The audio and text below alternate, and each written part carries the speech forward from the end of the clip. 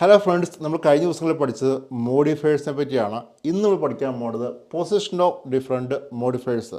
അതായത് modifier of മാനറും modifier പ്ലേസും modifier ടൈമും ഒരു സെൻറ്റൻസ് വന്നിട്ടുണ്ടെങ്കിൽ ആദ്യം ഏത് വരും?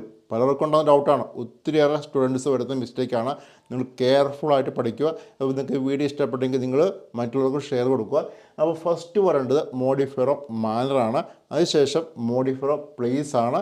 ദെൻ ഫൈനലി മോഡിഫയർ ഓഫ് ടൈമാണ്. ഇങ്ങനെയാണ് ഒരു ഇംഗ്ലീഷ് സെൻറ്റൻസിൽ നമ്മൾ എഴുതിപ്പോകുക. നമുക്കെൻ്റെ എക്സാമ്പിൾ വെച്ച് നോക്കുമ്പോൾ കുറച്ചും കൂടെ നിങ്ങൾക്കൊരു ഐഡിയ കിട്ടും. അപ്പം എക്സാമ്പിൾ നോക്കാം. ശ്യാം ഡ്രോവ്. ശ്യാം എന്ന് പറയുമ്പോൾ സബ്ജക്റ്റാണ്. ശ്യാം എന്ത് ചെയ്തു? ശ്യാം ഡ്രോവ് എന്ന verb. Drove the vehicle. The vehicle എന്ന് പറയുന്നത് എന്താണ്? ഒബ്ജക്റ്റാണ്. Very carefully. എങ്ങനെ? Modifier of manner. എങ്ങനെ? Very carefully during the driving test. എവിടെ വെച്ച്? Modifier of place. ഇനി എന്നാണ്? Modifier place. അതിനുശേഷം ഇനി എന്നാന്ന് പറയണം? 2 days ago. അപ്പോൾ നമുക്ക് എങ്ങനെ പറയാം? Shyam drove the vehicle very carefully during the driving test 2 days ago. 2 days ago എന്ന് പറയുന്നതാണെന്ത്? Modifier of time.